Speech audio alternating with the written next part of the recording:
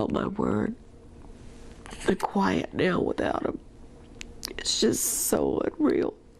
Oh, the babies were such joys. They were little tornadoes, absolute tornadoes. They would just level a place when they went through. You knew they had been there. And she went out of her way to help anybody, anytime, anywhere, whatever they needed. She was Johnny on the spot right there for them. They were a quiet family, a mom, a dad, and 3 little girls. Neighbors said they mostly kept to themselves, but no one ever thought something this horrible could happen. Briana Payne was only 27. She loved her 3 daughters more than anything. She worked as a caregiver and was the kind of person who would help anyone, even strangers. Her girls, Aurorah, Ava, and Alayna, were full of life. They laughed, they played, they loved their mom. But behind the walls of their small home in Lake Station, Indiana, something was wrong. Briana had just told her husband she wanted a divorce. Days later, they were all found dead. This is the heartbreaking story of a mother who tried to leave and never got the chance. What would you do if someone you loved wanted to leave and you knew you couldn't stop them? Would you walk away, or would you make sure no one walks away from you? This is not just a story. This really happened, and it happened. Fast, a mother, her 3 daughters, all full of life, all gone in a single night. But before we take you inside that house in Lake Station, Indiana, where police made a heartbreaking discovery, take a second to subscribe. Because what you're about to hear might just change the way you look at the people closest to you. Now, let's begin. Briana Payne was only 27 years old, but she already carried a full world in her hands. 3 young daughters who looked up to her with wide eyes and endless trust. Aurorah, age 7, Ava, age 6, and little Alayna, just 4 years old. She worked hard as a licensed caregiver, the kind of person who always showed up for others, not just for her job, but for her neighbors, her friends, even strangers. At her daughter's school, she stayed involved, always lending a hand at events and parent-teacher activities. Her mother, Lily Owens, once said, "Briana went out of her way to help anybody, anytime, anywhere." And people believed it, because they saw it. To those who knew her, Briana was kind, giving, and always smiling when her girls were around. They were her joy, her peace, her reason to keep going. She was married to Robert Payne, a 31-year-old man who most people didn't know much about, but the people who did know said something felt off. Briana's former boss, Catherine Presley, said Robert didn't want her getting close to people. She noticed how he tried to cut Briana off from everyone, co-workers, friends, even family. Anybody that wanted to get close to her or the kids, she said. He wanted to create isolation. Neighbors started noticing things too. They said the family mostly kept to themselves. The girls used to play outside more, but lately, not as much. Sandy Goodman, who lived nearby, said they were arguing a lot for the last few days. Looking back now, those small things, the quiet distance, the raised voices, the tired look in Briana's eyes, they weren't just everyday stress, they were warnings, but no one knew just how close danger really was. It was just another cold February day in Lake Station, Indiana. But when police showed up at the Payne family's mobile home on February 21st, 2025, something didn't feel right. A welfare check had been requested. No one had seen or heard from Briana or the kids in a while. The door was locked. The house was quiet. When officers finally got inside, what they found was beyond heartbreaking. Briana Payne, gone. Her 3 daughters, Aurorah, Ava, and Alayna, gone. And Robert Payne, also dead. The Lake County coroner later confirmed what everyone feared. Briana and the girls had all been shot to death. Robert too, but his was self-inflicted. The scene was ruled a murder-suicide. In an instant, 5 lives were lost, and a whole community was left shaken. People who lived nearby couldn't believe it.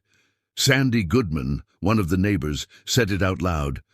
Those little girls were just so full of joy and happiness and playing. They were just awesome. The shock spread fast. Parents hugged their children tighter. Teachers cried. Friends couldn't sleep because no one saw this coming. Or maybe they just didn't want to believe what they were seeing. Loving mother, 3 innocent girls, all taken in one night, and the man who once promised to protect them was the one who pulled the trigger. Oh, my word. Oh, the babies were such joys. They were little tornadoes, absolute tornadoes.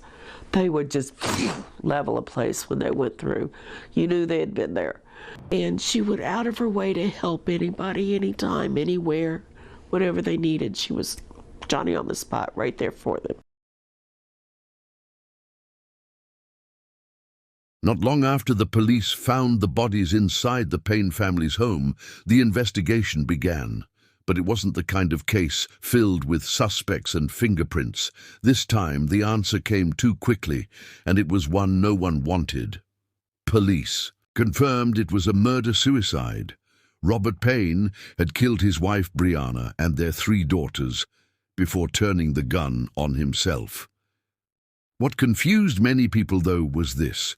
There were no police records of violence, no 911 calls, no previous reports of domestic fights. On paper, the family looked like any other, but behind that silence, something darker had been building. Investigators began looking into Robert Payne's past. They searched for warning signs, anything that might have pointed to what he was capable of. Mental health issues, violent behavior, isolation, jealousy. Slowly, the people who had been close to Briana started speaking out. They described a relationship that had grown more and more controlling. Some said, Robert wouldn't let Briana talk freely to friends. Others noticed how distant she had become in the months before her death. One thing was becoming clear. Briana had been trying to leave, and Robert couldn't handle losing control. As the news spread, the pain rippled through the community. People didn't just mourn, they wanted to do something. A GoFundMe page was created to help cover the funeral costs. Hundreds of people donated. Many wrote messages of love, support, and heartbreak. They didn't know what else to do, but they wanted to help several years somehow. ago, and the 3 girls also attended there. Presley says the 2 parted ways in 2022, she says, because of Bree's relationship with her husband. Anybody who would get close to her and the kids, he wanted to create isolation. We all knew that there were red flags.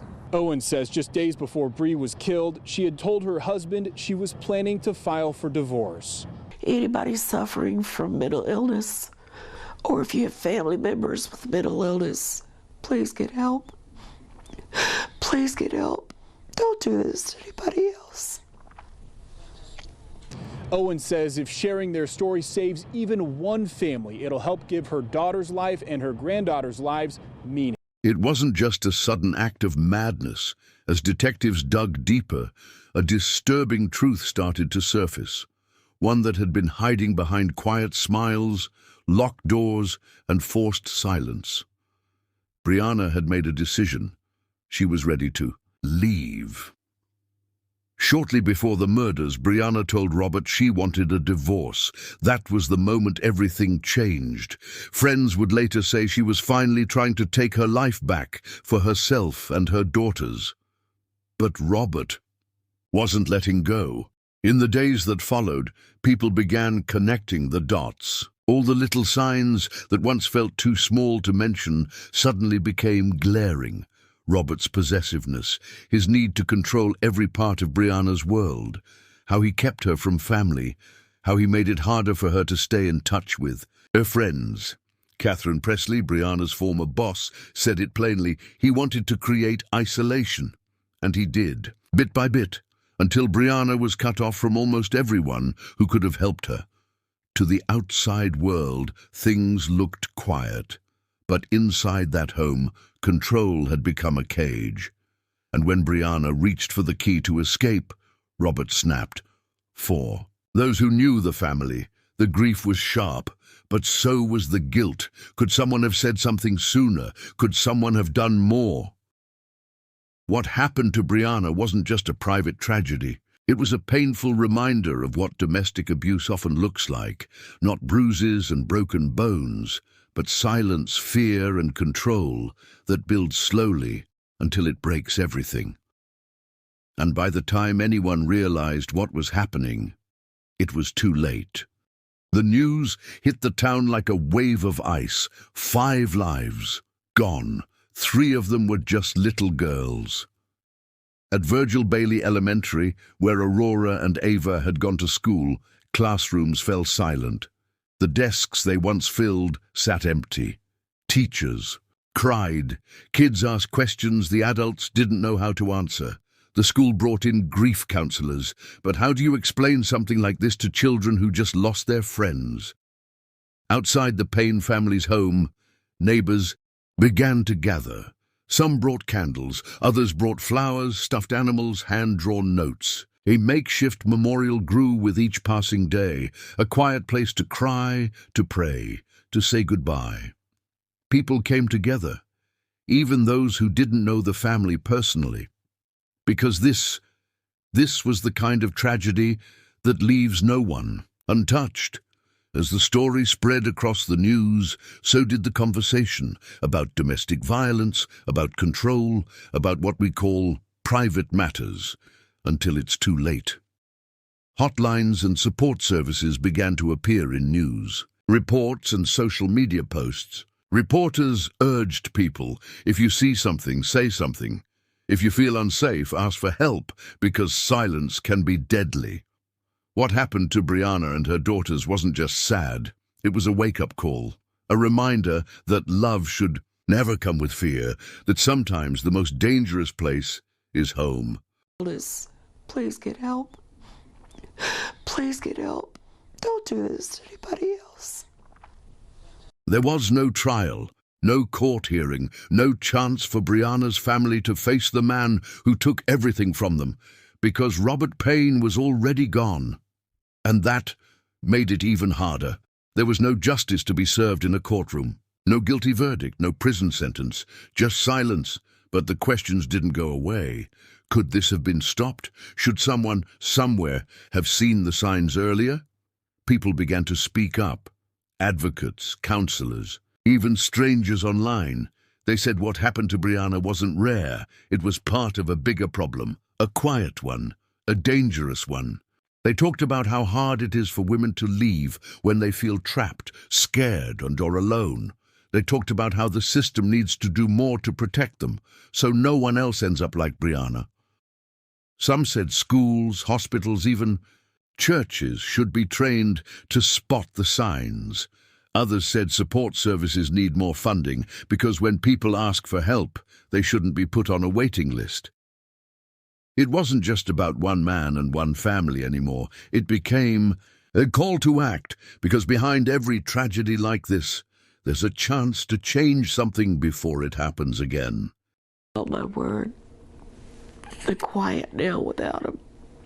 It's just so unreal. Oh, the babies were such joys. They were little tornadoes, absolute tornadoes. They would just level a place when they went through. You knew they had been there. And she went out of her way to help anybody, anytime, anywhere, whatever they needed. She was Johnny on the spot. After the funerals were over, after the candles were blown out and the flowers had faded, the pain stayed. But so did the voice of Briana's mother, Lily Owens.